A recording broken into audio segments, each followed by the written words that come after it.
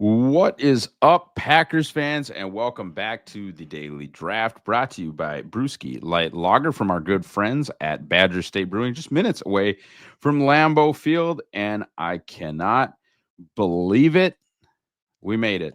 As Brian Gutekunst would say, the hay is in the barn.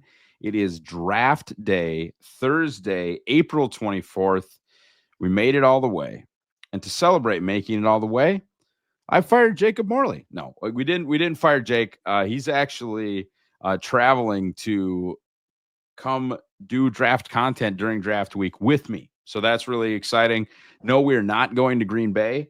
Our place to stay sort of fell through. And I just, I didn't want to fight it. And I think it's going to be awesome. And I'm so excited for all the content creators that are going to be there. I'm so excited for Green Bay to have it. But it's like, you know what? I've done Green Bay like 25 times. Let somebody else have the fun. A lot of people have been like texting me, I can't believe you're not going. I don't want to fight through 300,000 people in a town that normally only holds 300,000 people. So I'm not going to do that. I think someone who is going to do that though is Jacob Morley's replacement. We're so thrilled to bring on Justis Mosqueda. How are you doing, man? My mic is off. I'm doing great. Yeah, man. I'm excited for the draft. I'm not going to the draft. You're not? Okay. Too much work to do. I agree. It just seems like hurdles. Like if I were still a fan, I'd lap it up. But right, buddy, draft weekend is like for us at APC. That's probably the biggest week of the year. So creating hurdles is not something that I need. Right. And like I've got buddies that live out right. And it's like, hey, let's grab a beer, okay. But there's going to be a point when I have to shut everything down and we have to produce content right now. And where is going to be a quiet room for that? Where am I going to get a Wi-Fi connection?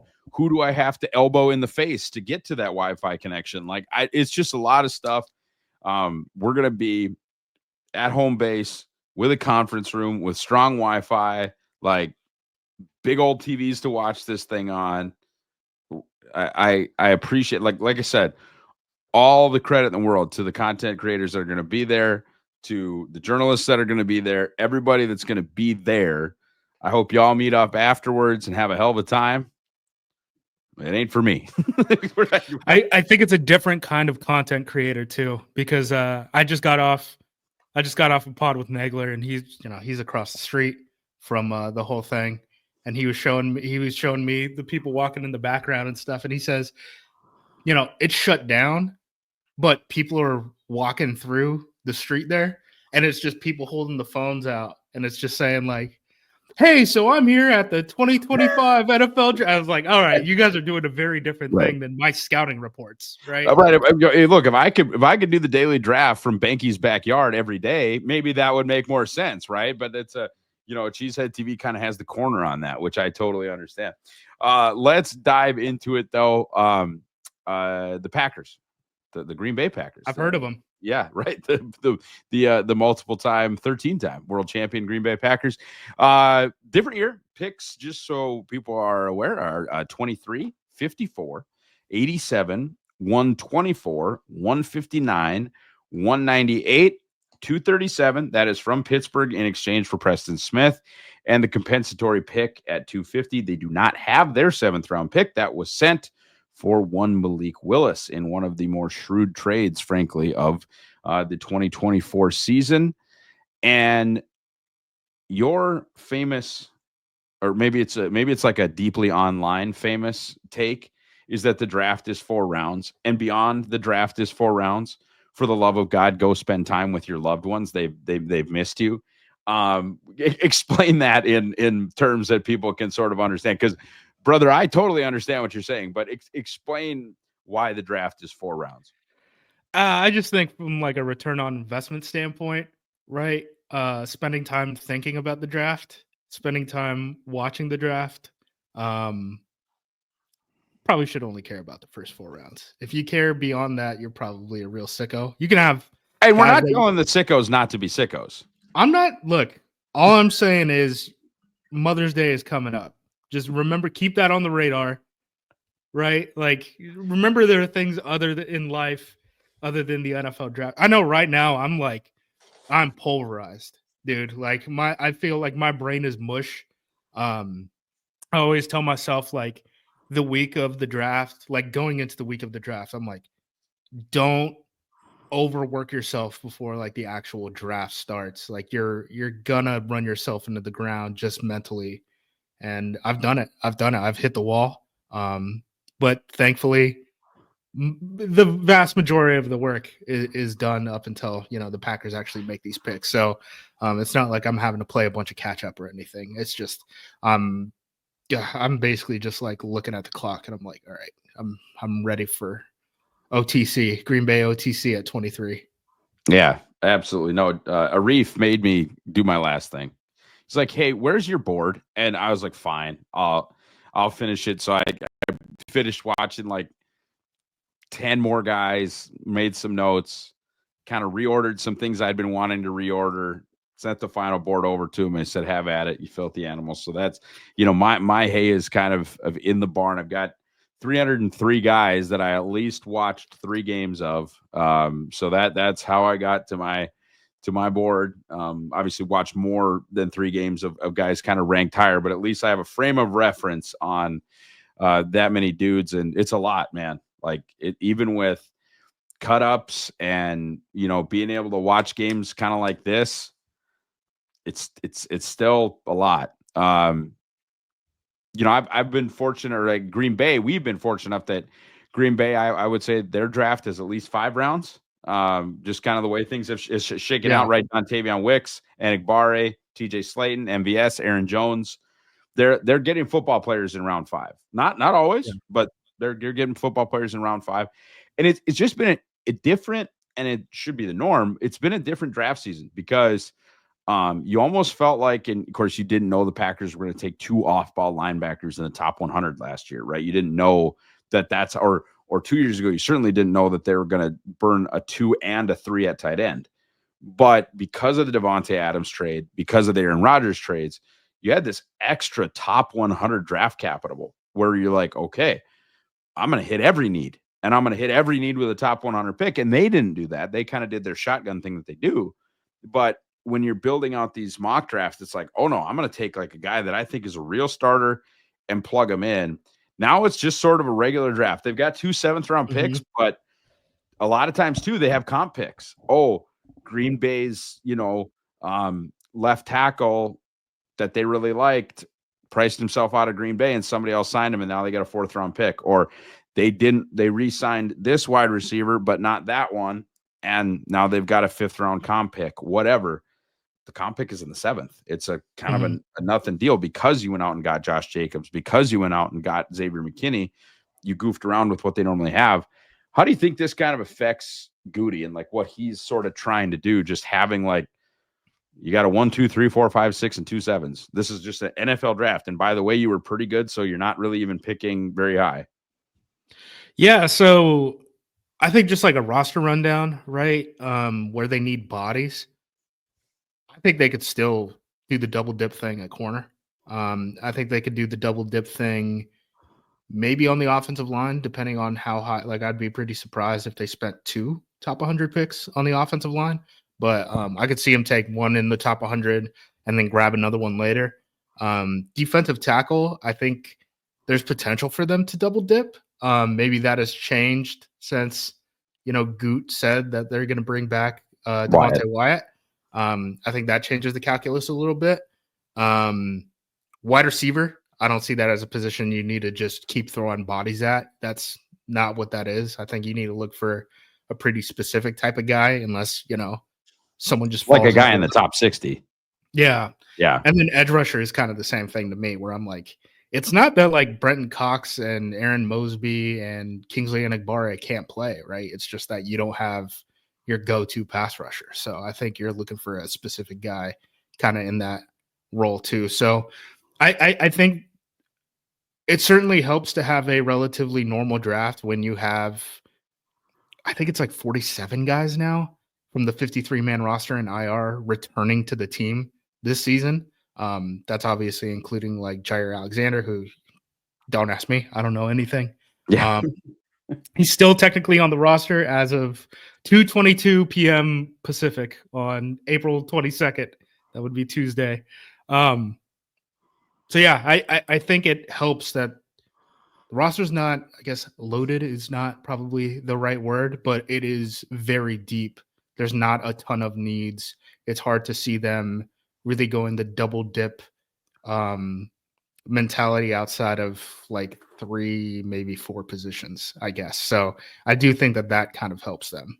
Yeah, I agree. I think the only things they really need, like with the actual word need, is I think they need a one tech, like literally have to have Yes. one. And Yes. I think they need a field stretcher, even if it's just until Watson comes back, because I think they can extend Watson. I hope they do. But Mhm. like I you have to add speed for at least the first 8 weeks or however long he's going to be out. And you literally have to put a nose tackle because if Kenny Clark goes down, you're starting at nose tackle. Like it's not it's It's not good. probably Carl in realistic terms. It's probably Carl Brooks is going to be the starting nose Who tackle, was which an is end? Like yes, what? yes. So yeah, I mean that's what we're talking about here. Yeah. Okay, so right, the old adage, and I think Goody, to his credit, and obviously Ted has a Super Bowl and Brian doesn't, but to his credit, I do think Brian has done a better job of signing for need. That has kind of been one of the more famous adages, if you will. Sign for need, then you can draft for talent or draft BPA. If Yeah. you take care of your needs, where you're weak.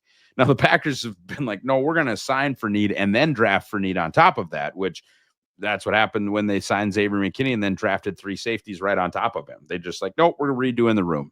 This room used to be blue, now it's green. Completely whatever. But I think they've done a better job than Ted did. Ted was just like, no, we will do this through player development and attack it in the draft. And if that doesn't work, we'll attack it in undrafted free agency. And now you've got Ladarius Gunter on Julio Jones in an NFC Championship game, right? So, how do you feel like signing for need went this offseason? Yeah. So I don't know if I would have done either of the deals. Sure. But with that being said, the composition of free agency and the people who are getting the biggest raises from this 20 to 25 million dollar year to year salary cap increase per team is interesting to me. And in a couple years, these might look like really good deals, right? The Packers have done this before with so Front Street. I think Hobbs is a slot, and I still think he's a slot even though they're saying, we're planning on playing him as an outside cornerback, all this stuff. If you look at how the NFL's reacted to the Hobbs contract, the slot corner extensions that came 2 weeks ago, right, have progressed because of the Hobbs deal. So even if the Packers are saying, yeah, there's a world where he can play outside cornerback, the rest of the league is treating Hobbs' contract as if it were one for a top end slot corner. Okay. Um, so I'm going to assume that that's a slot deal on Front Street.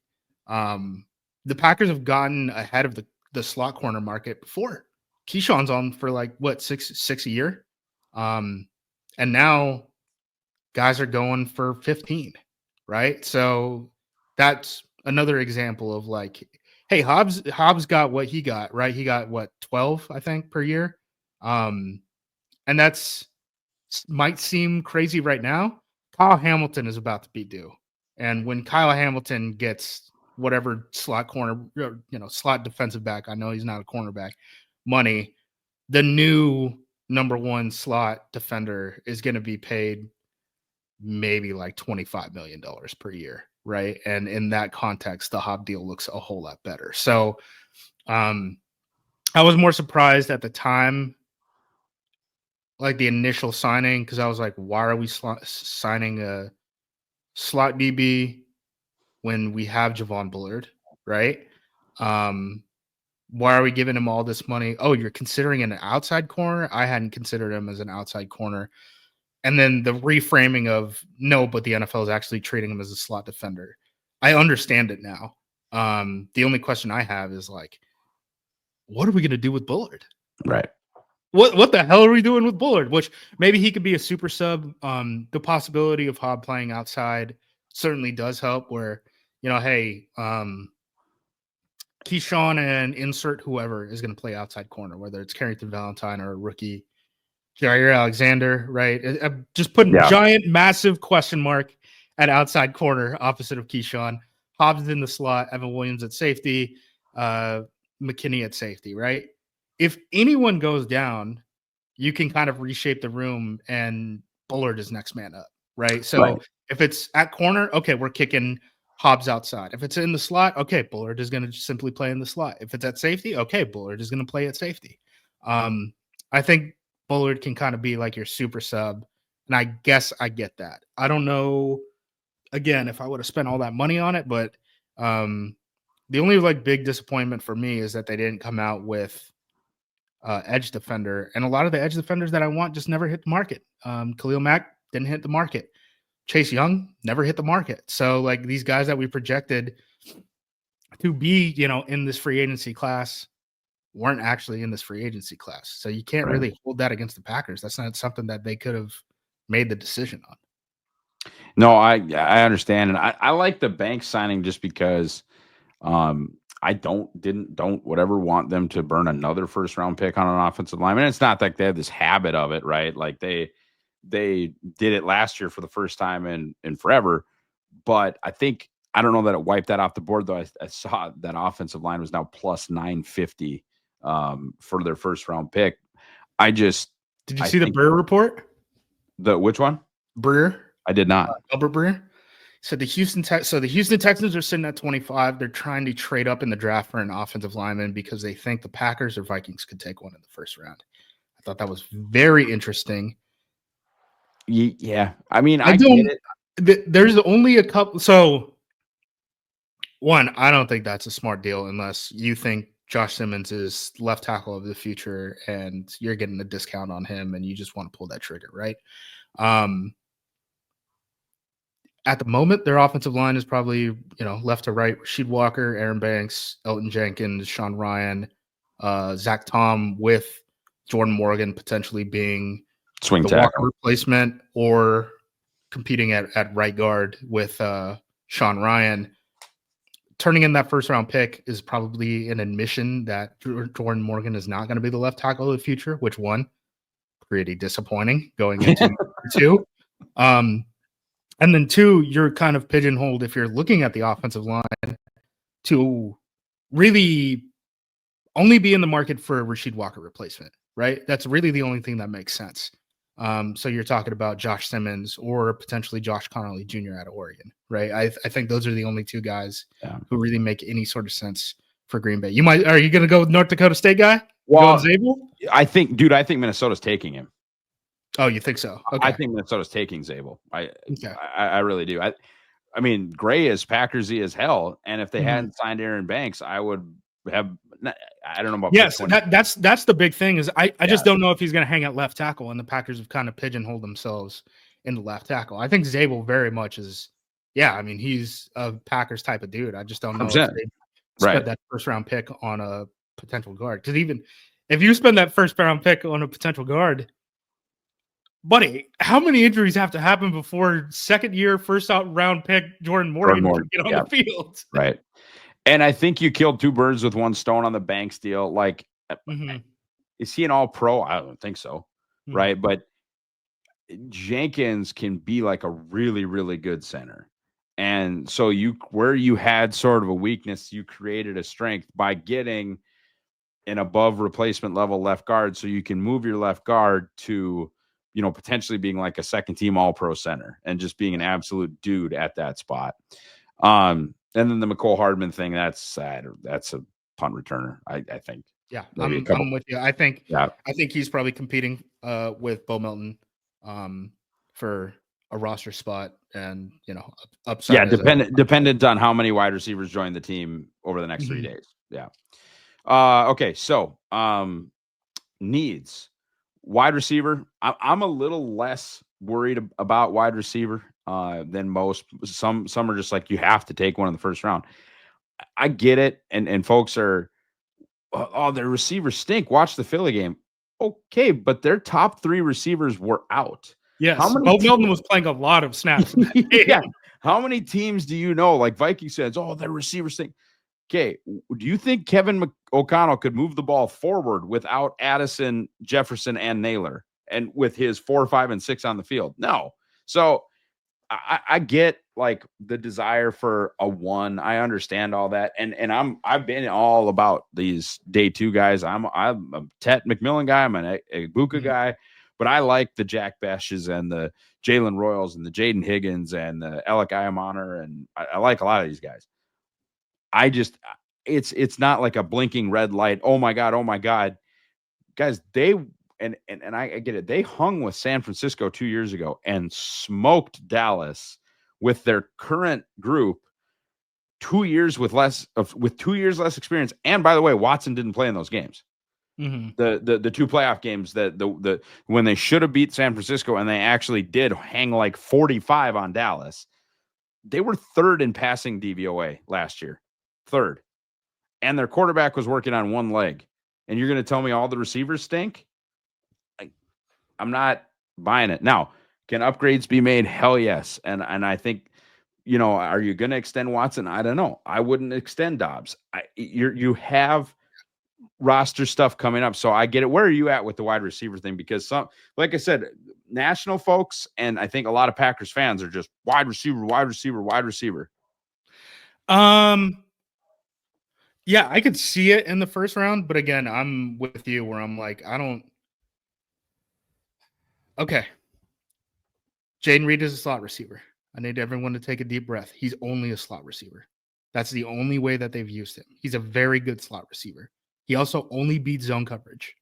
He's a very good zone beater, but he only beats zone coverage. So he's only going to be on the field when there's 3 receivers. He's only going to play in the slot when there's 3 receivers on the field. And he's, for the most part, only going to be productive against zone. That's fine. You don't want to replace that, but you have to work around that, right? So what that means is when you're doing all these perimeter screens, when you want to be this run heavy team that is putting wide receivers into the formation and stuff, everyone else who isn't Jaden Reed has to block, right? That's going to be something that's basically demanded for this wide receiver room. And I think that kind of limits what kind of receivers that you can look at. Like, I don't think Golden is a perfect fit. I think Golden does a lot of good things. He can bring in a lot of good elements to the team. He certainly brings in the deep speed, all that stuff. But when it boils down to how do you use Golden and Reed on the field at the same exact time, I think question marks start to pop up. That's one of the reasons why Christian Watson is so damn valuable at his size, at his blocking ability, that he can run that speed, right? That's why you trade 2 second-round picks up to move up for him. I could totally see them extending him moving forward. I don't think adding another speed receiver means that Watson is out of Yeah. the lineup moving forward. If you had 2 Christian Watsons, you could play 2 Christian Watsons on the field at the same time. It's not the Yeah. same problem that you're talking about with Jaden Reed, right? Right. Um, I think they're going to try to get Wicks in the mix again. We'll see how that ends up panning out this season. Dobbs, I don't think you can extend him. The concussion concerns are too serious, man. I know his camp is probably looking at the Khalil Shakur deal and is like, I would like the $60 million, please. And Goot has come out and said in public, like, hey, we're not worried about his concussions and stuff moving forward. Whether that is true, I highly doubt it. Yeah. I would be pretty surprised if Dobbs was, especially the way the Packers do it, where they want to give 4-year extensions, they'll give the big signing bonus, all that stuff. I don't think you can take on the dead cat for a guy who's so shaky at an injury that we know is repeatable, right? Which is really unfortunate, right? And it gets worse and worse. Yeah, man. Yeah, I and mean, per reoccurrences. Yeah. we saw this last time. Like, it's not good. Like, it's him, it's Olave, it's Tua. Like, he's one of the faces of the league for repeated concussions right now. Yeah. I don't think you can pony up significant amount of money for that. So yeah. So I think that's the question moving forward. Is really the Watson deal and whether Wicks breaks out. And do you want to add competition to there? Sure, but do you need to add competition? You could play an NFL game with Dobbs and Wicks and Reed as your wide receivers, and if you're worried about the deep speed stuff, I think they've covered their asses enough with the Mecole Hardman and Bo Melton thing. Um, I do wonder if those are guys who can only play in 2 receiver sets, again, because of the question mark that we have about whether Reed can play with other smaller guys who aren't great blockers with the way that the Packers run their offense. So I think Tet, the way he blocks is legitimately a game changer for this Packers offense. Beyond just like for the top guys, beyond his receiving ability, Tet is by far the better blocker. And I think that brings a lot of value to what Green Bay wants. Mind you, the average like per pound snap play for a receiver under LaFleur, it's 207 pounds per Yeah. receiver, right? And all those guys block. Like the Packers are kind of the face of we would rather like a big body at receiver than speed. Now they need speed because Christian Watson is out of the mix for, you know, what did his dad say, like the first 3 months of the season or something like that. But I think they can kind of work around that a little bit with Hardman and Bo Melton competition. So I'm kind of with you where I'm like, it's a need for sure. If someone falls into your lap, if you want to draft a Torrey Horton in, you know, third Yeah, he's round, nice. whatever, I think those guys make a lot of sense. You know, they brought in Ty Felton. Maybe he's a potential guy that you could look at, you know, third, fourth round as kind of a speed guy. He's less of a blocker than Horton. He's light too for Yeah, them. yeah, Yeah. for sure. Horton is a little bit smaller too, but he's not, or I guess smaller in the context of wide receivers for Green Bay. But he blocks his ass off. So Yeah. I think he's a guy you guys should highlight, underline, keep track of on draft day for sure. And we can get into some of the like specific guys in a second. I just kind of wanted to work through the Yeah. needs here. Edge. I'm with you, and I'm with you. And what I mean by that is this class specifically, and sort of your whole thought process, which is that pass rushers are quarterbacks. And Yep. I think, you know, if you're not going to go Shamar or I like James Pierce, I think I listened to you and Andy, like you think he's pass rush only at Yeah. 23. I don't care, but like, you know, the Michael Williams, whatever. I sort of like Tui Molau as a round 2 guy. After that, though, your hit rates are terrible for edge, and also like how convinced am I that a 4th round edge is going to beat Brenton Cox?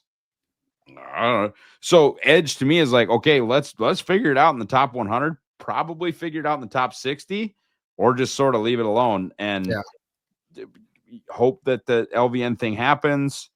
Check the trade market if it doesn't. You know, lean on Gary in year 2 in the system.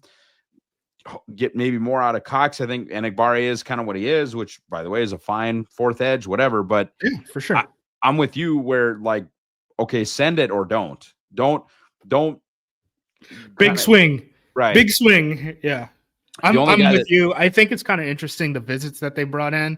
Because they've kind of looked at an interesting market, right? They looked at guys, frankly, who probably won't be there in the first round in terms of the edge rushers. So if one potentially falls to them, they'll have a ton of information on that guy, right?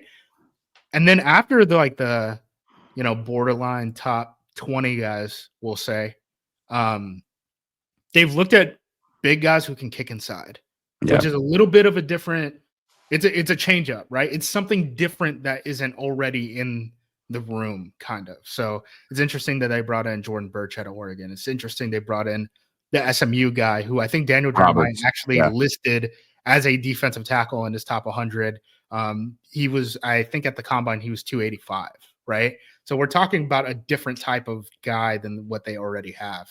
And I think that's probably the market that they should operate in. I don't think they should be looking for a round 3 edge bender. Those guys, one, they usually don't last if they're any good, right? So if you're going to do something, find a really good role player, right? Who can maybe develop into a starter moving forward if things with LVN and stuff don't end up panning out.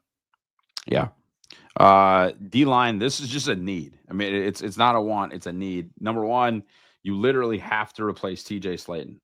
Yes. I was Yes. listening to you and Andy, and like even the developmental futures contract guys are like 298. They're not there's not a one tech among them, and just generally they need a one tech of the future, and B, a one tech that, like, if in week one Kenny Clark rolls his ankle, who are you starting at nose in week two? They need to address that.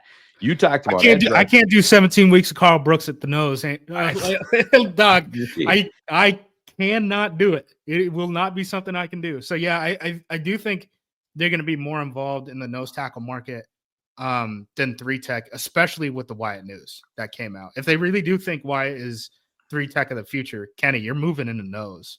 And you're probably going to split time at nose and three technique. Kind of, I guess, kind of like you did with Slayton last year. But you got to find your Slayton. You got to find that guy who's going to be able to play at least 40% of the snaps at nose tackle if you're going to split Kenny up like that.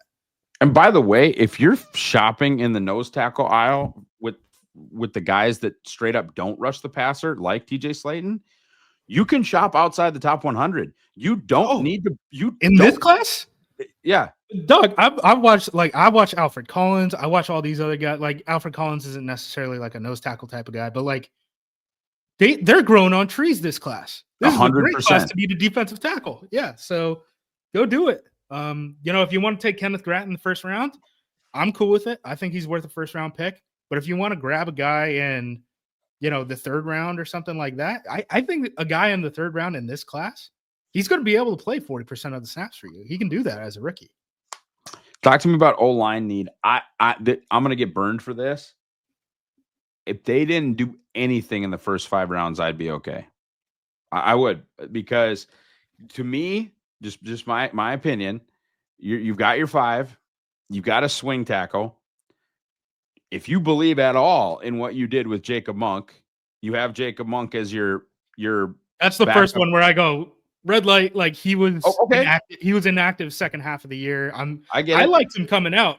I don't know if the Packers I don't know if the coaching staff likes him. I really like, but this is a me personal thing. I loved the Donovan Jennings acquisition. I'm interested to see that. You liked Travis Glover enough to throw him in a GD playoff game. They liked. Don't ever say I liked. I was you accusing me of Travis Glover? No. I had no parts of this. Yeah. So at least for 1 year, and I get that you've got, and then the Telford of it all. Again, Travis Glover. This is where I start to have questions. Where I get. Do we want to replace Travis Glover and Telford? Me personally, we have 8 draft picks. I'm replacing those guys. But like I said, round 6 and 7, or whatever. Yeah. And so I think, frankly, I'm going to be wrong. I think in round 1, 2, 3, 4, or 5, there will be an offensive lineman taken. Like if you had to ask me what I think will happen, where are you at on like the need level? Because we sort of, it seems like we sort of disagree, but not really. Just with the amount of picks that they have, I think they have to add competition to that room, because I think that's where you're going to see the most benefit from competition, in my opinion. They're in cornerback. If you're talking about, a guy drafted in the 4th, 5th, 6th, 7th round, I think that's my opinion. Yeah. I think as far as a need, though, if you're not looking left tackle of the future, unless someone falls into your lap, I don't think that you need to take a guy the first, probably at least top 100. There's no urgency there, I guess, because you're going to pay Tom, right? Yeah. If worst case scenario, Jordan Morgan is your right guard, okay, that's fine. Elton Jenkins is locked up. You just gave Banks the deal. The only thing is left tackle of the future. Right. I mean, that's really the only conversation. And it better be Jordan Morgan. Like, it might not be, but it better be. Dog. There needs to be room to breathe for Morgan to be able to encapsulate that space. It has to be. If we spend that first round pick on Simmons, I think Simmons is a good player, but that will be a bummer on the Morgan selection. Super bummer. He was not drafted to be a guard. He was And I not. think his best position, his second best position would be left guard. You just gave a left guard $70 million. Yes. So not Yeah. happening. Yeah. Linebacker need. I would have liked to move Quay outside or moved on from Quay, one of the two. I don't think they're going to do either. He's getting 15 per year. He's getting that to play, extension. and by the way, to play Mike, which is not Mhm. what I would do with him. I would play him at Sam. Doesn't appear to matter what I think, which is fine. But like, I would have gotten a more of an organizer, more of a true Mike, right, and let Quay and Edge just do crazy things on the outside, which is sort of what, in my opinion, they were built to do. But it just doesn't seem like the deal is going to be the deal. They did bring back Welch, which sort of covers a couple of kind of backup type bases. With that said, And like he's a teamer guy too. right. Well, Yeah. for sure. One must not forget that they spent the 87th overall pick or whatever it was on Tyron Hopper. So with that said, though, there are like 6 linebackers on the roster. So what's sort of the need there, or what do you think besides depth and teams you would even trying to accomplish at the linebacker? Oh, nothing. I mean, you just Fair hit enough. it. Yeah, it's depth in teams. I think it made a lot of sense that they brought Isaiah Simmons in on a visit and stuff like that. Because I think that's kind of the exact market that they're looking in. I know Goot said at the what was it, the owners meetings, he was like, I was kind of surprised we played linebackers so much, 3 linebackers so much. I don't know why he's surprised by that. You guys matched personnel. You're going to play a third linebacker about a third of the time on your defensive snaps. But I was kind of surprised that they let go of Welsh at cutdowns I didn't last like year. that. Yeah, I didn't like that. I thought he had done enough to make the team, and I didn't think that they were only going to keep 5 linebackers. So if they kept 6 this year, I wouldn't be shocked at all, especially with the way. I mean, Bisaccia has got to be bored as hell, right? I mean, no kicker drama, no punter drama, all that Yeah. stuff. Like fight for the 6th linebacker. You got Yeah. all these safeties already, right? So you got to start your next fight. I don't think they're in, and we'll go through this quickly. I don't think they're in the market. I wish they kind of were. Like the Jacobs contract sort of bugs me. And this running back class is sweet. But I don't think they're in the market for one of them. They're not going to be in Not the market. unless one like Damian Martinez is there in the 5th round and the Packers pull the trigger. Like, I'm not blinking. That doesn't shock me. But Sure. I think, unless they do something that like pretty much any other NFL team would do. Right. The Eddie Lacy pick. Like, oh, he's here at 61. This is ridiculous. Yeah. We have to take him. Yeah. QB late, on a Curtis Rourke or Hennigan or Miller or whatever. It doesn't matter. I don't think a backup quarterback is going to beat Malik. And I don't think they have any interest in keeping 3 quarterbacks on the roster until the playoffs when they can do the 3rd quarterback rule stuff. So You're talking about a guy who you want to draft, but isn't going to make the team unless there's an injury, right? And you hope to get back on the practice squad. So then in 2026, he can be your backup instead of Malik, would be on an expiring contract. And then you'd get a comp pick. Yeah. It's like a 6th or 7th round play. Yeah. Safety and tight end. I mean, the tight end would be a sort of a running back thing to me, where it's like, okay, this guy fell, and we have to make a decision on Musgrave and Kraft next year contractually anyway. Maybe we can drop some sweet 13 personnel stuff. Musgrave is hurt all the time anyway, and you just are like, whatever. Like, this dude shouldn't be available. Let's take him. Other than that, no. The big thing is just like pushing Ben Sims' spot, I think. And is that worth a draft pick? Well, I guess that depends on who ends up falling to us in, the 4th, 5th, 6th round, whatever it is. I think a lot of people are pretty much convinced there's like 11 guys in this class that are dudes. 11 or 12 maybe, right? If Green Bay goes up to get somebody, I think it's for Tet. Is there anything else that you see that it would be for? Edge rusher. That's the other one I could see, where if they really like a guy and it's the guy that, like when they picked Rashawn, right? They picked him at like what, 12? 12. Something like that. 12, and they were like, we had a top 5 pick on that guy. We can't believe that he fell so far. I know for a fact, by the way, I got this in a drunk Indianapolis Combine. Love Meet him those. at a bar. I got it from the horse's mouth. The Packers had a higher grade on some people in the Packers organization had a higher grade on Gary than like Joey Bosa that year, for perspective, right? If they really do value a guy like Shamar Stewart, I could see them doing the damn thing. I'm with you. If they trade up to take a guy with 4.5 career sacks, it's going to get ugly on the It's internet. gonna be so funny. Oh my The God. Yeah. entire summer, dog. Every pass rushing clip he takes, the entire camp will be clipped up and available on Twitter. There's going to be Absolutely. so many people banned from Packers Yeah. practices this summer from having their phones The out. PR staff is just going to be taking phones. They might have snipers on the roofs, dude. Yeah. So no, dude, it'll be so fun. Honestly, I'd have so much more fun yelling about Shamar Stewart than like the whole Jair watch stuff that is about to happen if we just keep him around. So bring that to me. Bring me the chaos. I don't care. I don't think that they should trade up for whatever that's worth. Like if they really do like Stewart, if they really do like Tet, I can totally see that happening. But there's so many good players that are going to be available on like the third round range, particularly.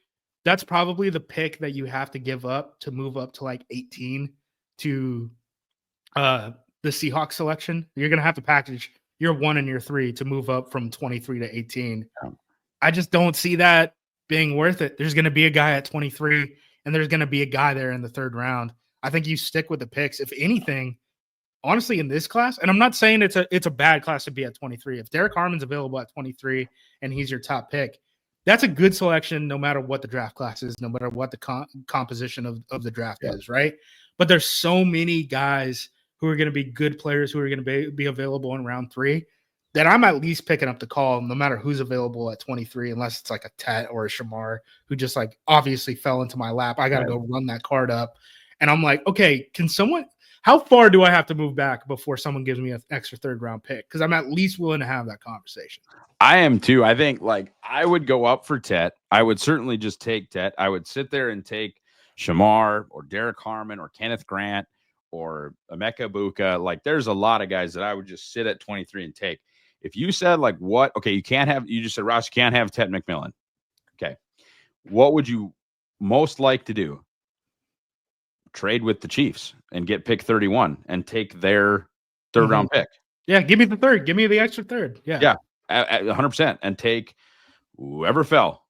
I don't care if it's Abuka. I don't care if it's Harmon. I don't care if it's Grant. I don't care if it's Shamar. Somebody fell, and I'm gonna do it.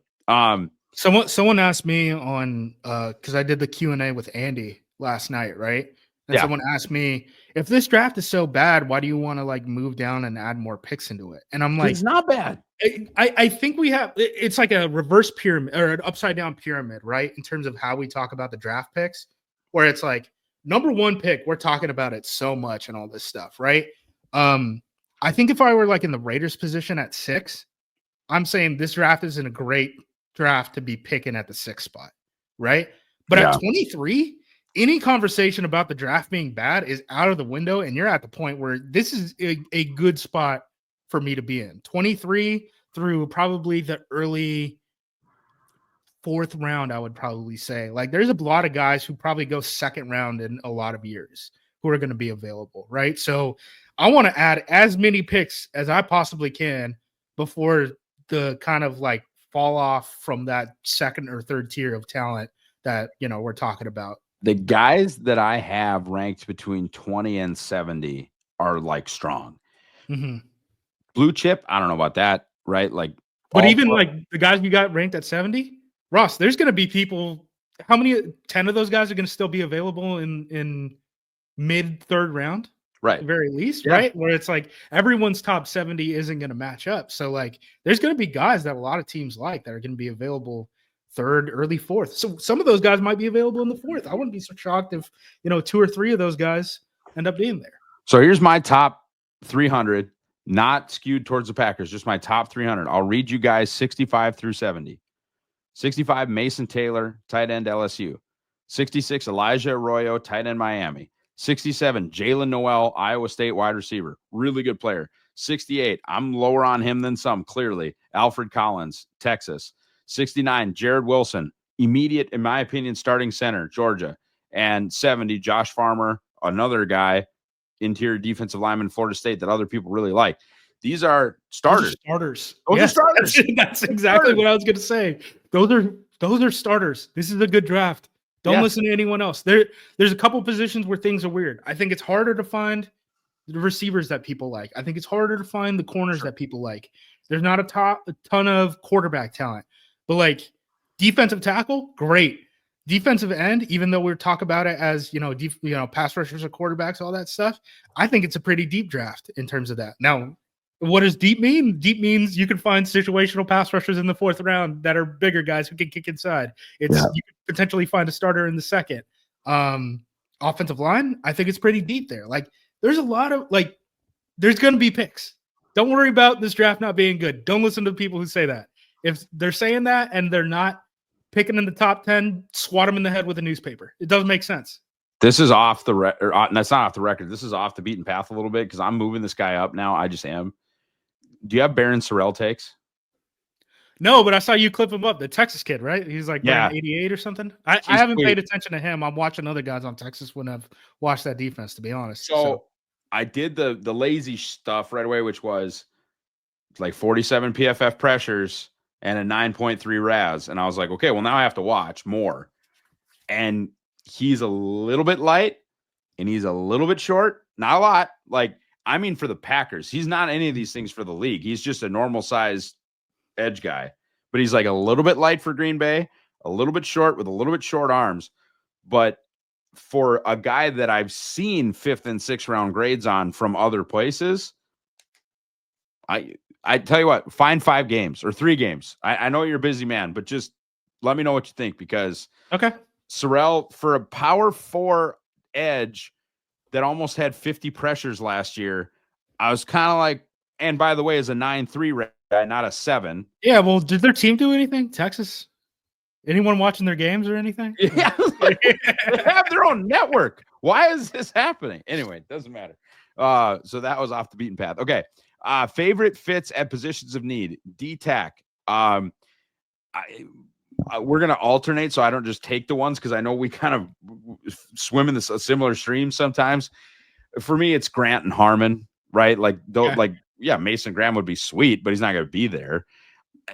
I've been pretty one-tech heavy all season, and the Devontae Wyatt news just means like keep on going down one-tech street. I think I like Tyleik Williams from Ohio State more than most just because I know what he is. He's 4 sacks a year, but he is shutting down your run game. Any other one-tech guy, I won't hold you to one-tech. Defensive line, interior guys that you really like. You already said the first 3 names that I would have brought up. So right. So that's why I'm gonna let you go first next time. No, that's fine because I can throw another one out there. But so like Derek Harmon, right? I think he can play 1-tech or 3-tech, which is great because in a situation with Wyatt and Kenny Clark insecurity, I guess you would say, he covers a lot of bases. If someone goes down, he could be your starter there, and all you need to do is find a backup nose tech, right? Kenneth Grant is going to be a nose tackle all the way. Tyleik, like you mentioned, I think Tyleik is athletic enough. He could play some 3-tech, even though he's that big. The corkscrew technique stuff, like teach tape, man. The way he takes on double teams, it's teach tape. It's crazy. Clean linebackers behind. Yes. The other guy I would mention, just because we're on nose tackle street, right, or 1-tech street. I did like T.J. Sanders, but he's a 3-tech all the way. Like, there's no doubt there. Alfred Collins, I was told, watch him, potential dark horse for the Packers first round selection. I don't know how much I believe that. That better be a 31 after I got an extra pick. I don't know how much I believe it. People are lying all the time. It's something I had heard.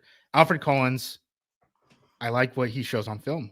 Like, I do see some of the stuff where it's like, if you squint really hard, like there is Chris Jones in his game, right? Just I Whether don't want to squint really hard in the first round anymore. I just want to be well, happy. I'm not talking about him in the first round in this context. I'm just saying like third best.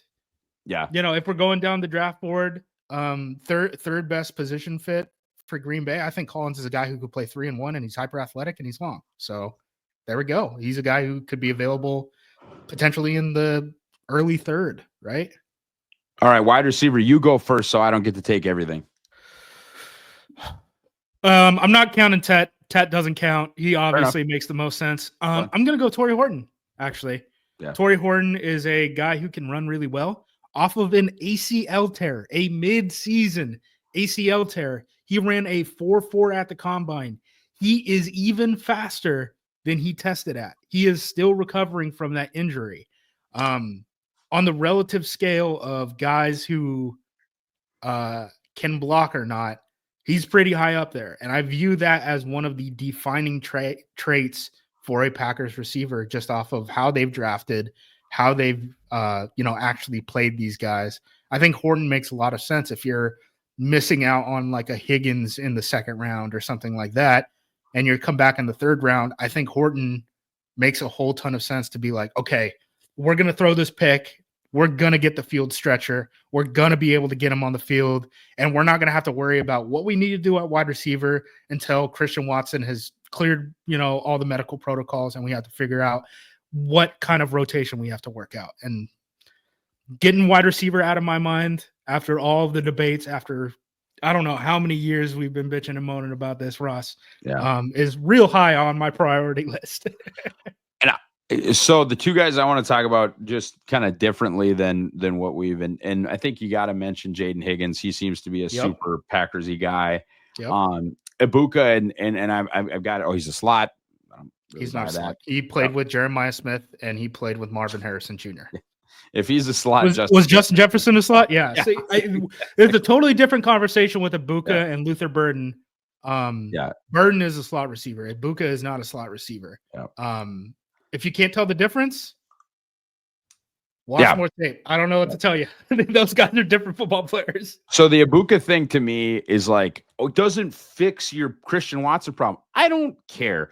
I get that. He's not there. He's not there to fix it. You're just there to be a really, really good football player. And then guess what? Resign Christian Watson or give me Dante Thornton or, Jalen Lane or Ty Felton or DK or, I can give you any other Isaiah Nayor from Nebraska with a 9.90 RAS. I'll give you any kind of Jeff Janis types you want at round 5, 6, and 7 to try and MVS one, right? Give me Ibuka because Ibuka could be Devontae Light. Diet Devontae, sugar-free Devontae. I don't, however you want to do it, whatever. And then the one guy that I know you don't agree with me on is Royals. I think he can play outside. He's thick enough. I think he can. I just think most teams are going to look at him as a slot. And I think he's a little redundant with Jaden Reed. If we didn't have Jaden Reed, he would probably be super high on the list. That's my only argument against him. I think, he's going to go late second, early third, I think. Right. And I talked to Thor, and we came up with a thick Greg Jennings comp, and then I was like, well, yeah, now I'm in. That now this, this makes sense. Corner, honestly, Justice is tough. It is. I don't like the guys that they're gonna like. Like Cone from Western Michigan is a high fit. No, thank you. Porter, absolutely not. I'm with you on Porter. I'm like, dog, how is this a conversation in the second round? Absolutely not. How? You can. I will talk to you about Jahdae Barron for sure. I will talk to you about Noel Williams. Right, like there's guys that have some data missing. Trey Amos, Azariah Thomas. This kind of reminds me, even though they don't have the Jordan Morgan, this kind of reminds me of last year on O-line where it's like, there's all these offensive linemen. Not the way they do it. There's one, and they took him. The corner fits are interesting to me. Like Jacob Parrish from Kansas State would be a great Packer if he wasn't 5'9.5". Yep, not happening. It's right. Not happening. So, Will Johnson is sort of like Will Johnson, Siobhan Revell, and Benjamin Morrison are the guys where if we pretend that their athletic testing would have made them Packers if they weren't hurt, they work. And that's like where I'm at is those three guys, where I'd rather see those three guys than guys that are slow like Azariah Thomas or can't turn like Trey Amos. Where are you at with the corner group? I'm with you. I mean, those guys would have been up there for me. I think Johnson and Revel probably a tier ahead of Morrison. This isn't Morrison's first hip injury, by the way. I don't know if you know, he had one in high school too. So okay, I think it might be a little bit more serious than people are giving him credit for. I think Revel definitely would have been one of the Packers types. I think Harrison is like my nightmare pick at 23, like the one that's like realistic that I wouldn't like. Hairston? Yeah, Hairston, Maxwell. Yeah, Hairston. I'm out. Yeah, so for a number of reasons. I'm not a Hairston guy. Yeah. I think I don't know if there's anything Hairston does that Javon Revel isn't better at. So yeah, I'm with that. Trey Amos is, I guess, the only other guy on this list that I would bring up as kind of like a good fit. He ran the 4.4.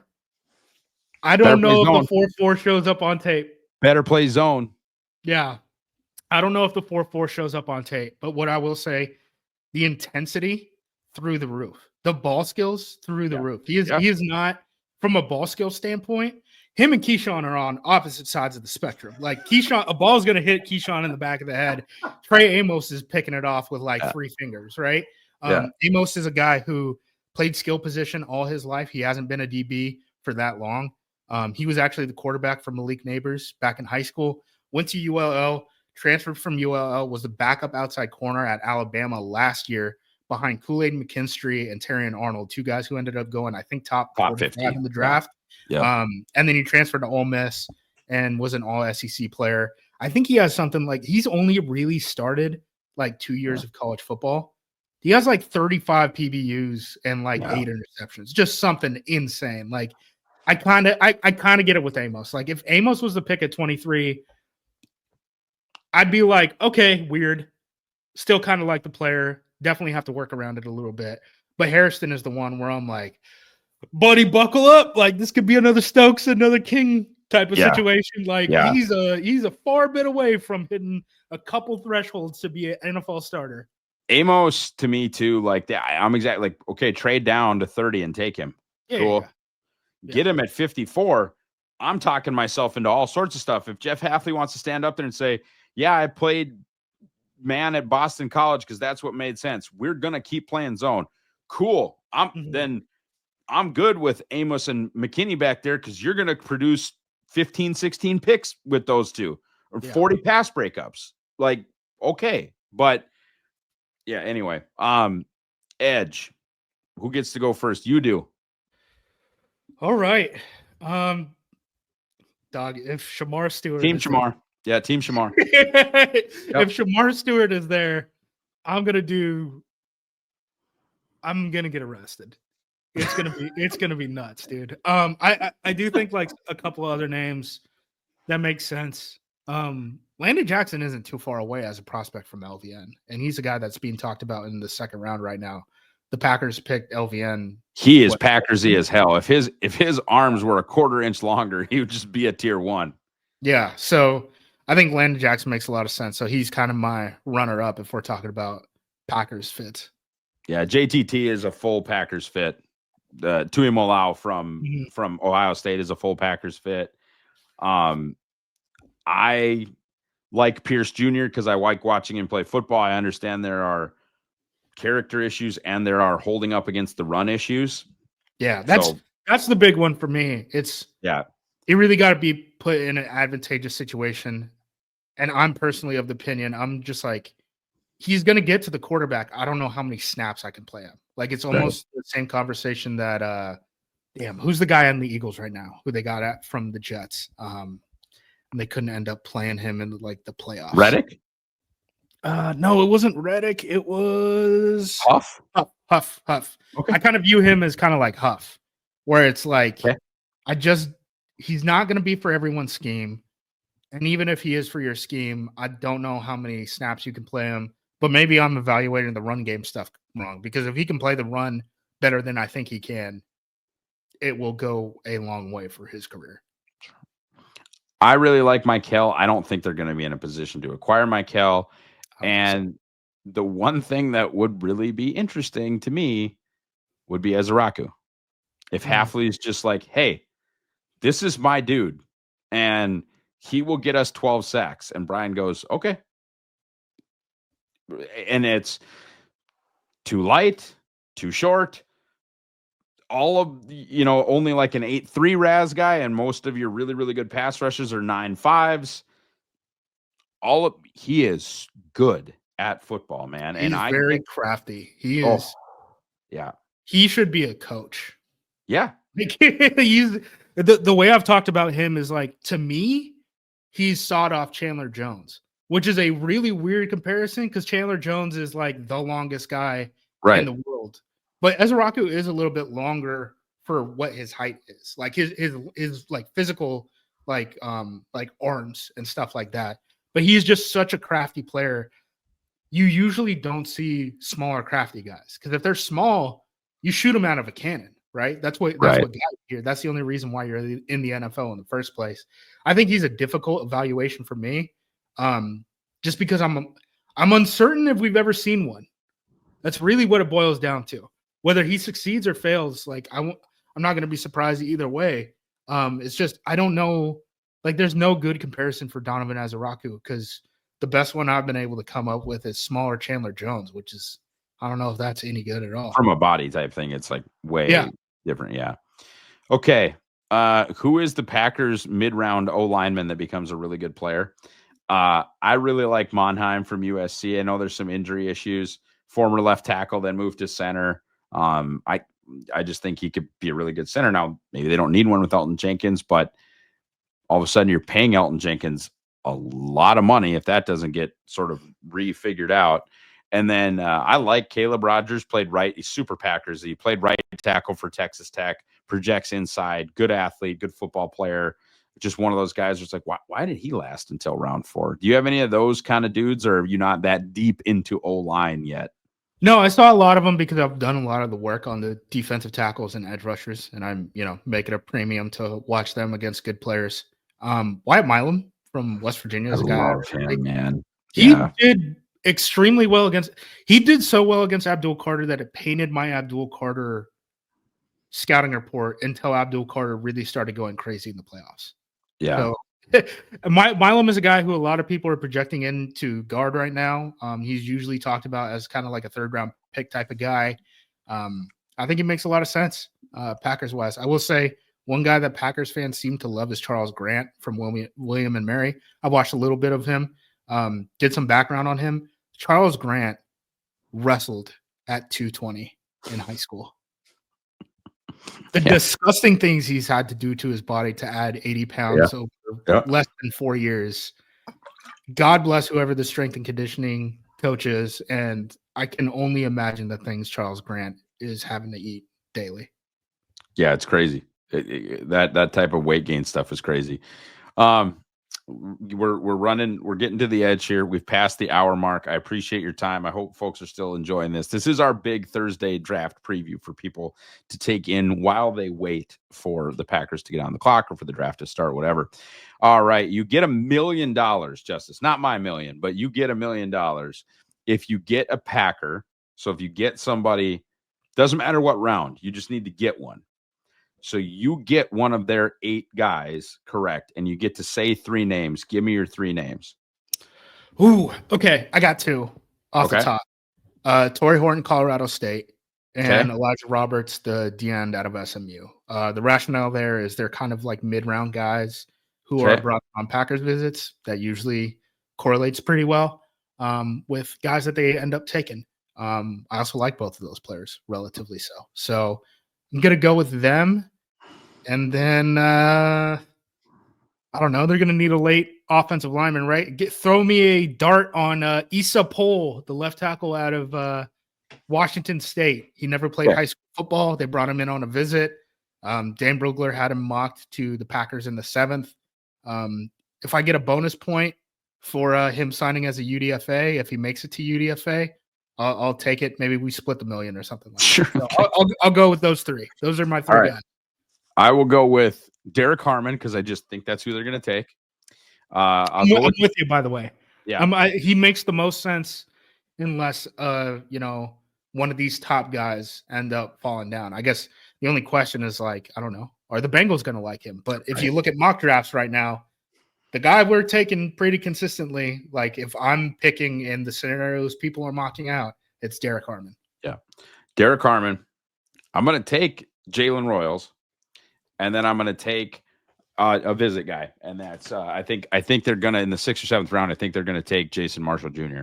because he is SEC corner, and I think a former 5-star that didn't work out, and that's like their thing. They love former super high level high school recruits that didn't work out either in college or didn't work out in the NFL. They love to go back into like that pedigree stuff and try and kind of figure it out. Second to last thing, who's the pick at 23? Derek Harmon. I'm with you. If you're telling me I get one shot and I got to get it right, the highest probability is Derek Harmon by far. Unless Will Johnson falls, a Territorial McMillan falls, a Shamar Stewart falls, I think it's Derek Harmon. Now, if Derek Harmon goes off the board before 23, I think like all bets are off and any prediction kind of gets thrown out the window because there's just the decision tree, right, just spreads out very rapidly. Sure. Okay. Perfect. And I mean perfect. First 3 picks. So you can play a little bit with, I'm not going to say reality, but like, okay, these things fell your way. I'll give my perfect, and I'll give you the Packer report guide rankings, which you don't have in front of you, so that there's some level of people understanding that I'm not going crazy. So first for me is Tedoroy McMillan at 23. We have him at 14. I have seen at least one adult mock Tet to the Packers without a trade up. One professionally paid adult has done that. So Tet at 23, Tyleek Williams, who we have in the guide at 47 at 54. So that's would Tyleek at 54 be awesome? Yes, but this is my perfect draft. And then one that really I would say I'll just say Noel Williams because I think they need a corner, and I like him more than most. And he's not like some crazy value at 87, but I like him, and he's at. I want to address corner, and I don't like any of the 3rd round edge rush type dudes. Maybe I like Baron Sorrell. I need to get further down that road, but I'll just take Noel Williams. So your absolute pie in the sky. Oh my God, I can't believe this happened. Is Tet, Tyleek, Noel Williams. How about you? One is Shamar to me. Okay, I think he's very special. Tet and it's in the realm. Yeah, Tet would be in the realm. Yep. In that conversation with me. Will Johnson, I guess, like now that we're having that conversation, I feel like we've been talking about Will Johnson as a top 10 pick since he came out of the womb. And now all of a sudden he's going to be available to the Packers at 23. The second is interesting. Higgins is just such a good fit. Yeah. That I think I might just go Higgins there.